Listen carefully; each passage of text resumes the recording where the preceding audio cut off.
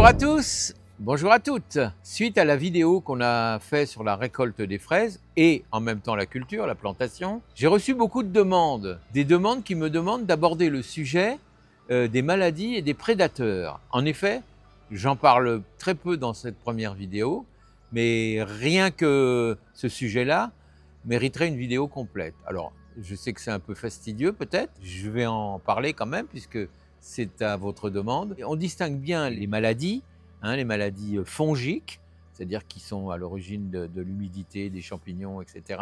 Les symptômes de ces maladies, comment on les détecte et comment on les soigne s'il faut.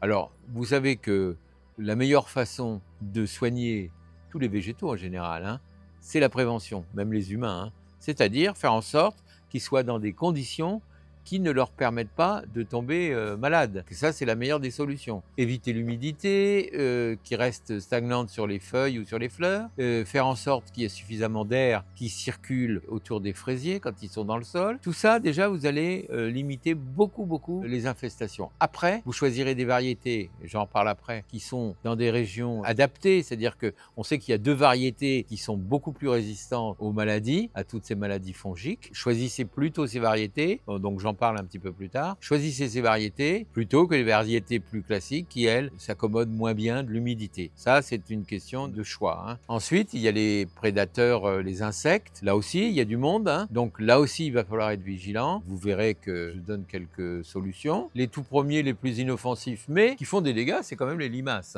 Alors, les limaces, on a abordé souvent le sujet. On sait bien que pour ne pas être embêté avec les limaces, il suffirait d'avoir des crapauds, il suffirait d'avoir des hérissons, par exemple, qui se nourrissent de limaces. Il y a aussi un autre, mais ça, c'est pas possible chez tout le monde, c'est les canards indiens coureurs. Le canard indien a un avantage, c'est qu'il est extrêmement gourmand de limaces. Ce qu'il y a, c'est qu'il faut un enclos pour le mettre et puis le lâcher quand on a envie qu'il aille à la chasse aux limaces. Mais franchement, c'est un des plus gros prédateurs de la limace. Mais il faut avoir des canards indiens, il faut pouvoir les mettre dans un enclos. Ils ne doivent pas rester en permanence dans le potager, c'est pas possible.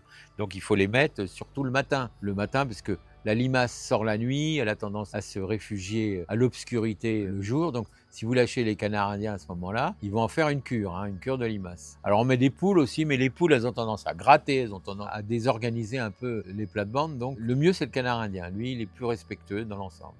Au titre des prédateurs, il y a donc les maladies fongiques que vous connaissez tous, l'oïdium, le botrytis, qui ont les mêmes causes d'ailleurs.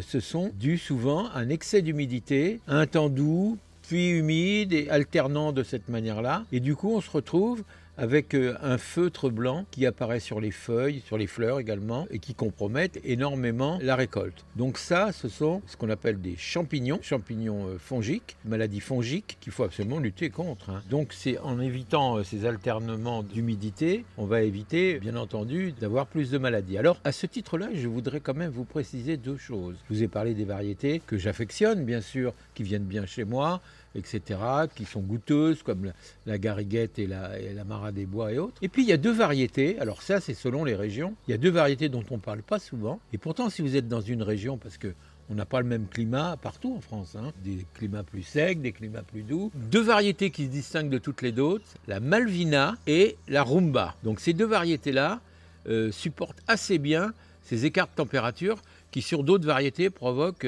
les maladies fongiques dont on vient de parler. Avec ce feutre blanc qui se répand, et on le trouve aussi sur les tomates, les courgettes, etc. Donc, si on peut privilégier ces 2 variétés, si toutefois on est dans une région, moi je ne suis pas dans une région où j'ai ce type de problème, donc je reste avec les variétés classiques, mais si vous voulez avoir des belles récoltes, préférez ces variétés-là. C'est un conseil que je vous donne, c'est tout. Ce n'est que du conseil, comme toujours. Alors après, on a les ravageurs. Donc les ravageurs, c'est plus les prédateurs, les insectes et autres. Le Tetranicus, donc ça c'est un arachnide, c'est-à-dire une araignée en fait, petite araignée, qui se reproduit à une vitesse exceptionnelle et qui cause aussi pas mal de dégâts.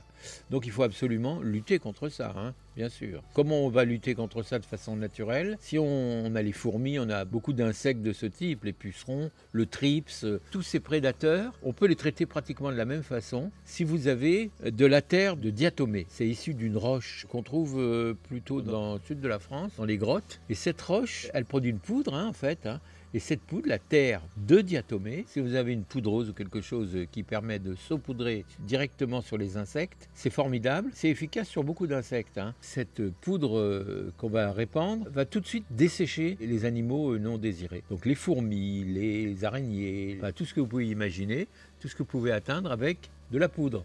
Donc ça, c'est un conseil, disons, écologique, naturel, vous pouvez le faire. Alors, évidemment, vous êtes dehors, s'il pleut, ce sera à reproduire. Mais en quelques traitements, vous allez pouvoir éliminer tous ces prédateurs non désirés. Après, vous avez d'autres prédateurs qui sont pas forcément, qu'on ne peut pas atteindre avec ce procédé-là, ce sont les oiseaux. Alors les oiseaux, bien sûr, ils sont sympas, ils font partie du décor, ils viennent se servir abondamment, souvent.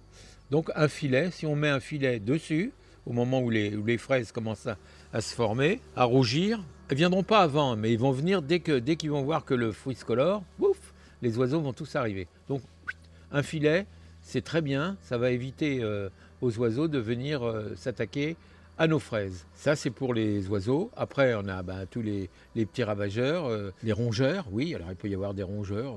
Enfin, moi, j'en ai pas trop, mais s'il y en a, j'ai fait une vidéo à ce sujet pour fabriquer un répulsif à rongeurs.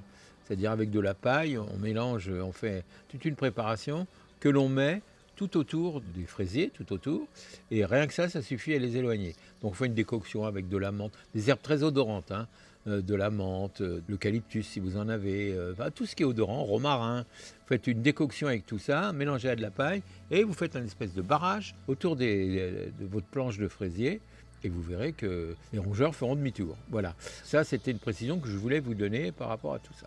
Il est probable que compte tenu de l'infestation que vous pouvez avoir, il faut avoir recours à des moyens un petit peu plus musclés.